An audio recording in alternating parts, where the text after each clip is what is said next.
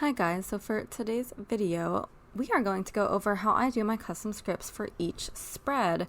Now this is the very first time that I've ever done it, disclaimer, but I did think that I would record this for you so I can kind of go over the process, and if it does change to become more efficient over time, I will do an updated video. I am just going to go ahead and talk over while I'm actually doing it first, just to give you the intro, and then I will explain what I am actually doing on screen. You can just watch for now. But another little disclaimer, this is not the first video out there on how to do scripts. I do want to shout out Rosey from Rosey Plans, who is also Rosey Plans on YouTube, who does have a video of how she does scripts for each spread. I think she may have been one of the first to start doing it, honestly, and I've definitely seen her inspire other planner gals out there to do it as well, including myself. I just finally bit the bullet on that because I was just going to handwrite it for the rest of my life, but I'm into the custom scripts now. She does do it in Silhouette.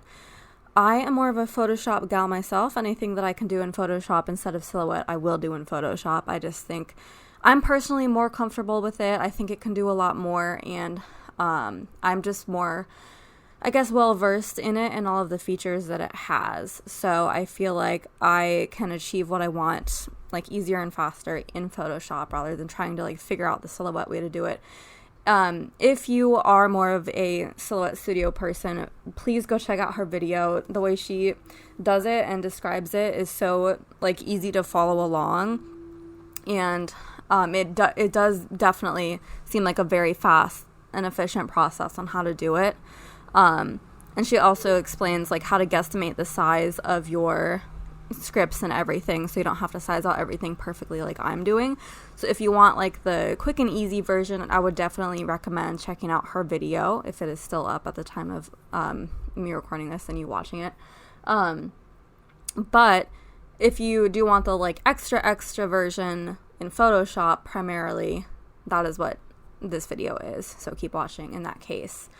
But yeah, speaking of which, this is about as extra as you can be, because not only am I doing custom scripts for each event that happens in this week that I am filming for, I am also doing one of my duo fonts. So I've got two fonts that I'm working with technically, which is font 8 in my shop as of filming, and I'm probably going to keep it font 8 for a while. So it's font 8 duo, which is a mixture of this cursive font and the sans serif font. So I'm using two fonts here. I'm also sizing everything perfectly for the spread by actually doing it over the spread, not just sizing it over my template boxes that I do use for other scripts in my shop. And I'm not just, guesstimating based on a set size number. I am just physically doing the scripts over the spread, and they are true to size already, so I don't have to size them any more than that. And this is so that I can work with the spacing that I have and work around all of the icons that I already set down. And I had already been doing my plan with me's this way, to where I lay out all of the boxes and the icons and doodles and everything and character stickers before I do any of the writing anyway. If I did use scripts before, I did have them already laid down by this point. But ever since I switched to just handwriting, it did look like this before I would go in and handwrite it at the end. So this wasn't really a departure from how I would usually do it. So that's number 2 of why this is extra. And number 3 of why it's extra is I also decided to do the scripts in mixed metal to match the rest of the mixed metal foil for this week. I'm not going to go too much into the process of how I do the mixed metal foiling, because it is kind of a trade secret at this point. And since I kind of feel like I was the first to come up with that, I don't want to, make it too mainstream and reveal all my secrets before I have a chance to even launch that option and shop myself. So I just want to kind of give myself a fair shot at it. Some of y'all have been able to figure out how I did it, and I will confirm if you are correct on that, but I'm not just gonna, do a whole tutorial so the entire world can do it the way I do it. But just know that these files that I'm preparing for myself right now on screen are prepared specifically so that I can do the mixed metal. It is a little bit simpler if you do not intend to do that. And also if you don't intend to foil them at all, it's going to be a lot simpler, and I'll kind of explain later on in the video like what steps you could omit if you are just doing the simpler version. But you know, why not just do the whole extra thing to begin with, so y'all can see all the options that are available to you if you choose to do this yourself. So with that said, now I can kind of go over what I've been doing, which I did already kind of say is I am basically typing out my scripts onto the spread. Now, the very first thing that I did was, of course, put down the spread, and then I scanned it using my scanning printer just straight to my computer. I just laid it down on the scanner glass, and it seems to have recreated like the spread and the colors pretty faithfully. But the most important reason why I did that was the sizing and also the orientation. I could have just taken a photo of the spread, but if I got the angle like not, you know, perfectly like perpendicular, say if I didn't take the picture perfectly perpendicularly, then it would be a little bit warped. And like the rectangle would not necessarily be like a rectangle, it would be more like a trapezoid. And I didn't want to have any sort of warping affecting the size and shape of these scripts. So I did do a scan so that they would be like perfect rectangles essentially that I'm using to size the scripts inside. So, and that also means that again, it's true to size, so I don't have to adjust the photos of the spread at all whatsoever. I could literally just upload it into Photoshop and they're already like 1.5 inches in width, so I don't have to size anything to get to that point. I could literally just type away and that's like the script right there. Very easy. So that's how I got the actual photos of the spread into Photoshop. And then I basically just did a new layer, a text layer, and just started typing. And right now I'm just kind of figuring out which parts of the phrase I want to be in the cursive and which parts I want to be in the print. It mainly depends on how well they look together, and I also take into account that's not really good shirt. Like, I'm trying to remember all of my like font terminology, but you know how like most of the letters are the same size, but then there's like loops on the, like you can see on screen, there's loops for the L's, there's loops for the K's and H's and F's, and then there's like that straight line from the P that sticks down. I forget what that's like officially called, but those are basically going off of the actual sticker for the most part, and so I kind of take those into account when I decide which part is going to be the script and which part is going to be the sans serif. So for something like, let's say, I'm trying to find a good example here.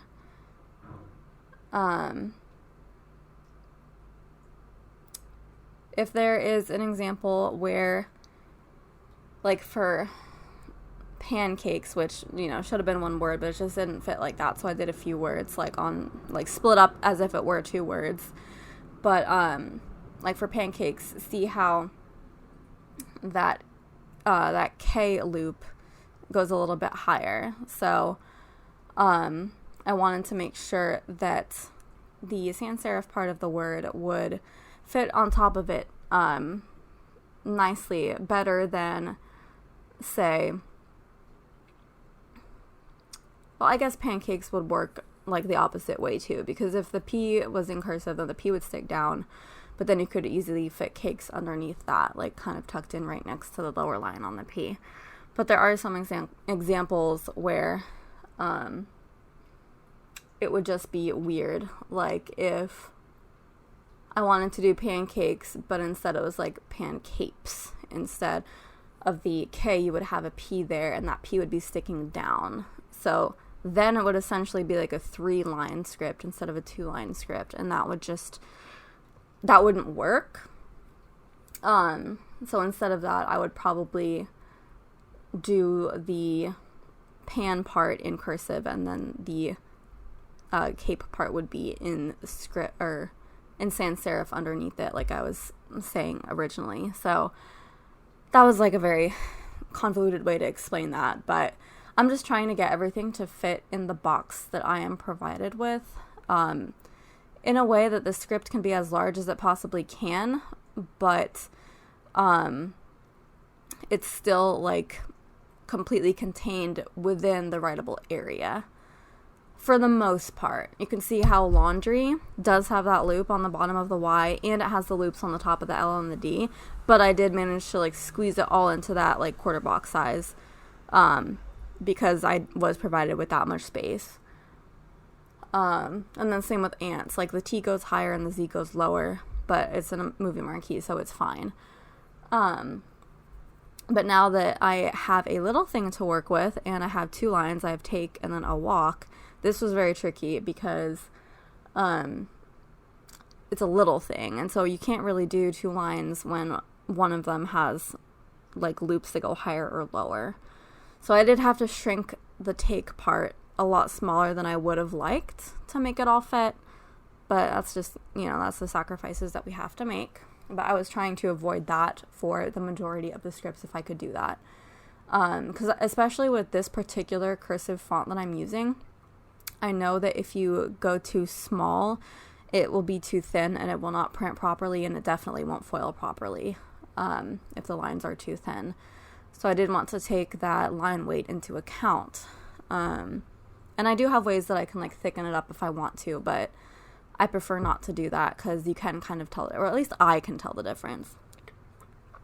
And some phrases, like you're seeing now, I have to kind of tweak and work with in order to fit in the space a little better, because originally I had disassemble furniture, and disassemble did not fit at all, like as cursive, and furniture did not fit as cursive. Like they were both just going to be way too big, and if I shrunk them to fit, like they would be way smaller than the rest of the cursive scripts in the spread, and it would just look way lopsided.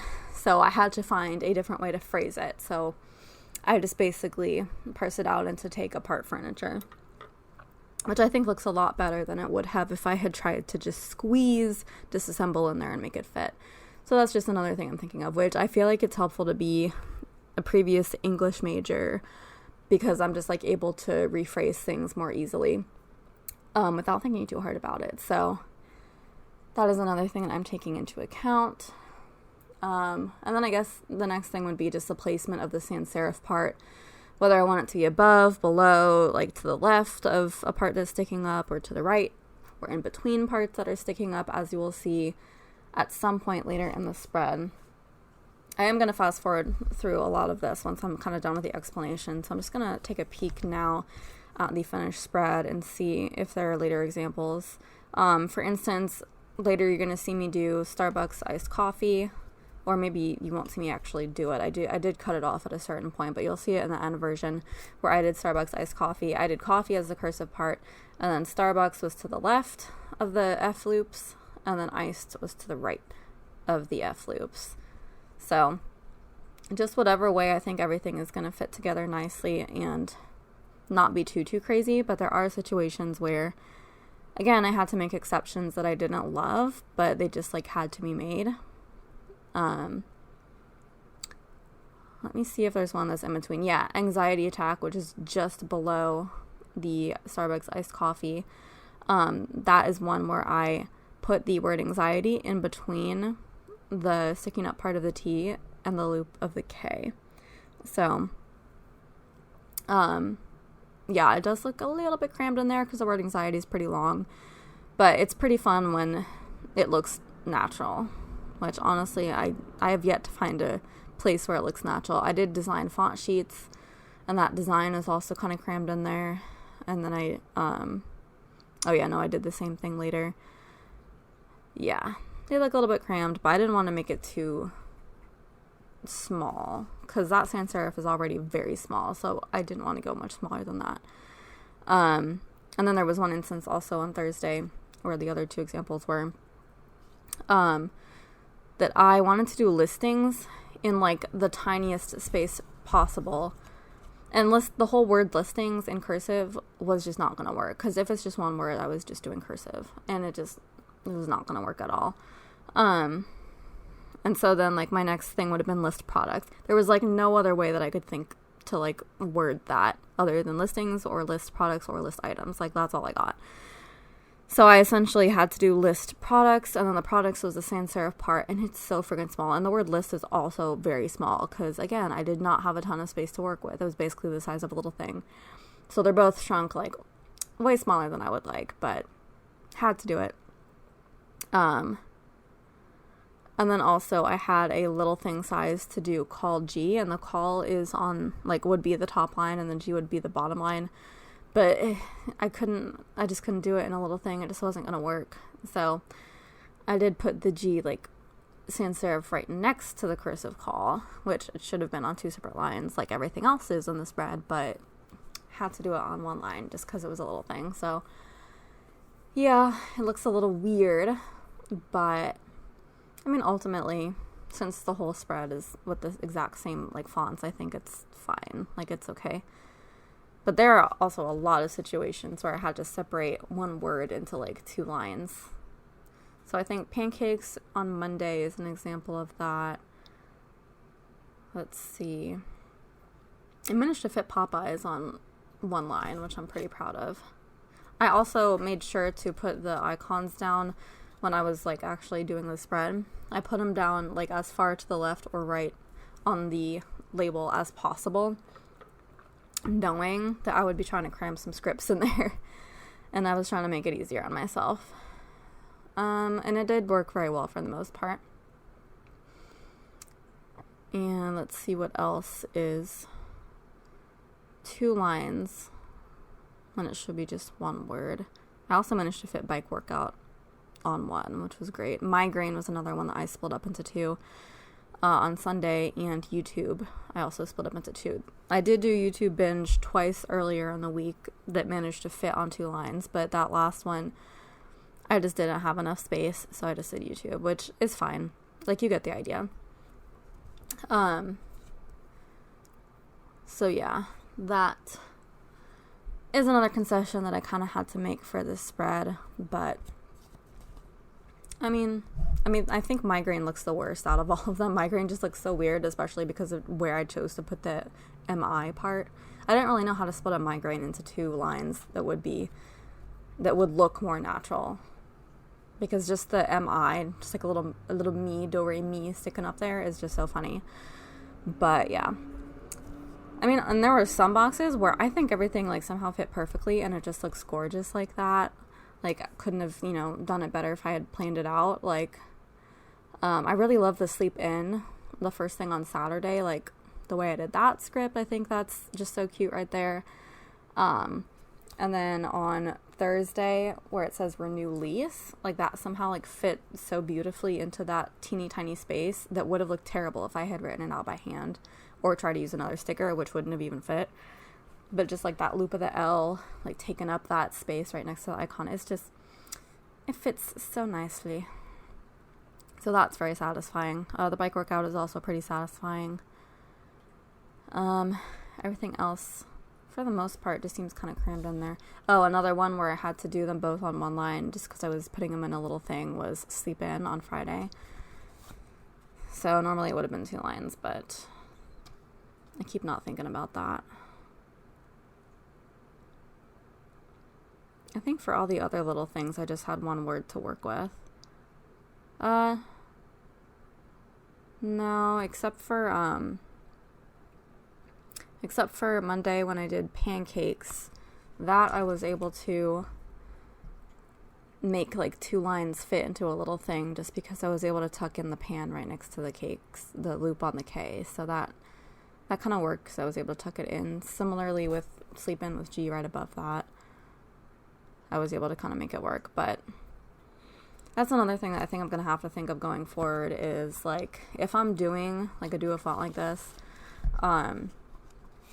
or I'm using a font that, like, is very wide and is going to have to be 2 lines for most things regardless, I need to, like, look at what I'm putting in the little things, like, as I'm drawing out the spread before I put it down. And I'm going to have to make sure that all of the things that go in there are, like, very short phrases or words. So that is another layer of pre-planning that I'm going to have to do. But, I mean, I pre-plan everything else, like, so intensely that that's not going to be too much extra to do.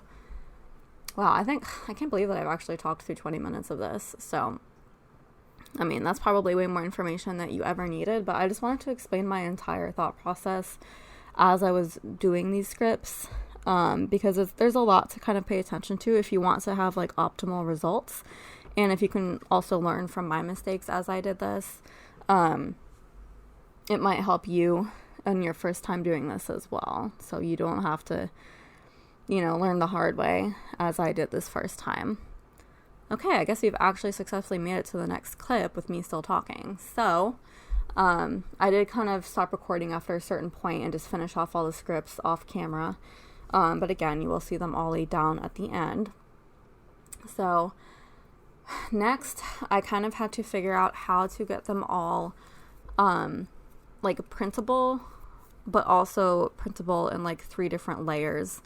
One of them for the cut file, and then one of them for the cursive scripts, and then one of them for the sans serif scripts. I couldn't really think of a faster way to do it than this, which was pretty horrible. Because I had to keep the cursive and the sans serif separate. If I was able to combine them into one layer, it would have made all of this so much easier.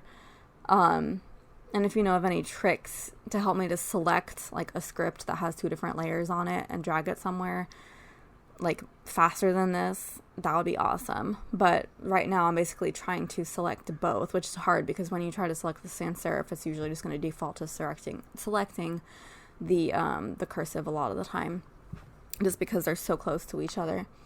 But yeah, I just basically tried to select both layers and then drag them onto the sheet that I was going to cut.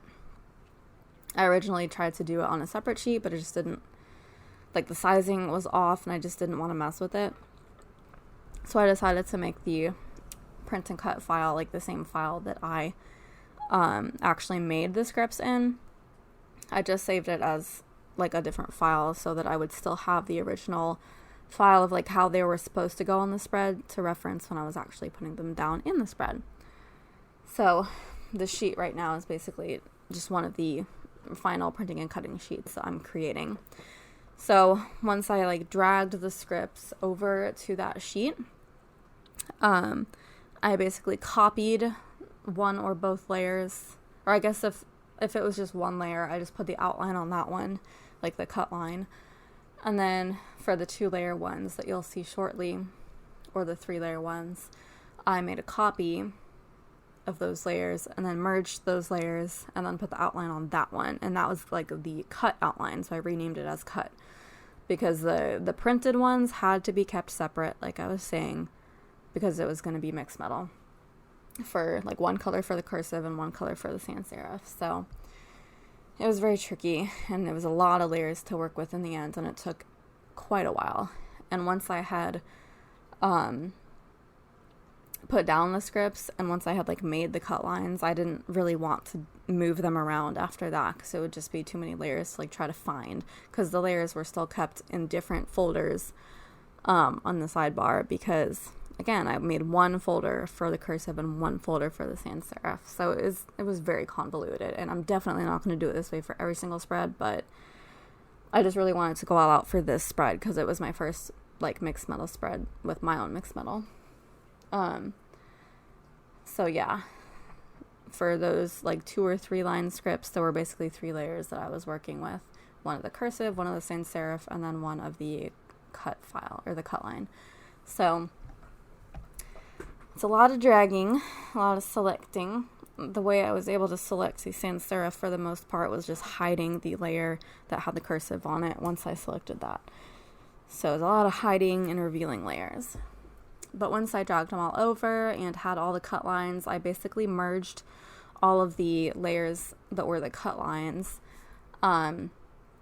merged them and then colored them in black like I usually do. And then that was just the cut file, so I would save that as the cut file. And then all the rest of the scripts were already in place. So I just hid the cut lines and just revealed the natural scripts. And since they were in 2 separate folders, I could just, hide the folder for the cursive and then do the print layer for the sans serif and then vice versa. And I actually made a mistake when I did this, which you are gonna see me like fast forward and try to figure out how to fix.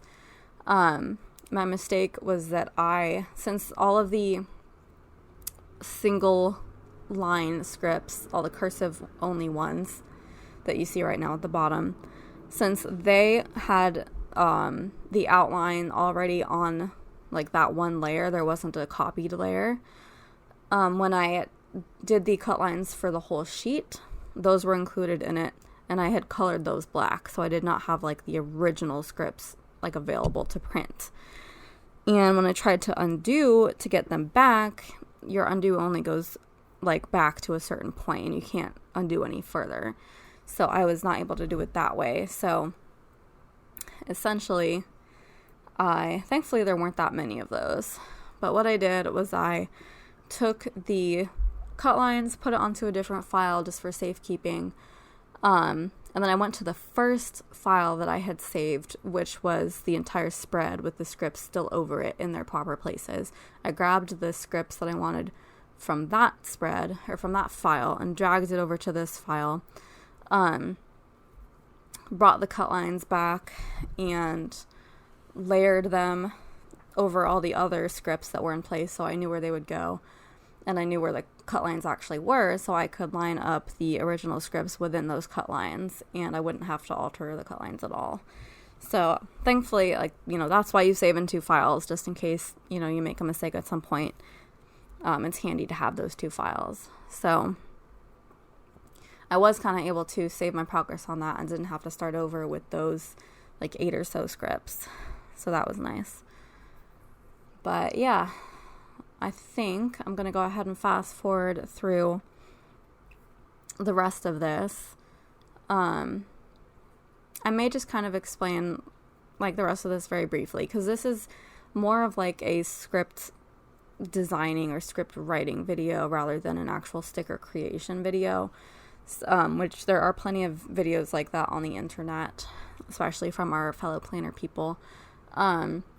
So basically what I do after this is what I do for all of my stickers is I bring up the print images in Silhouette, and then I also bring up the cut images, and I make sure that the cut images are just the outlines, so they're not filled in with anything, and then I layer those over the print images and line them up perfectly.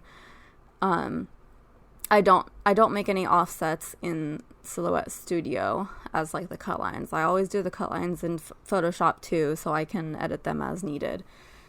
Because they often do need a lot of editing, because there's a lot of stuff that I do not want the Silhouette cutting machines to actually struggle with, that I know that they would struggle with, and I want to make the scripts easy to pick up. So I have to like fill in a lot of spaces and make them a little chunkier in some places than others. So there's a lot of like little nitpicky stuff that I do with it.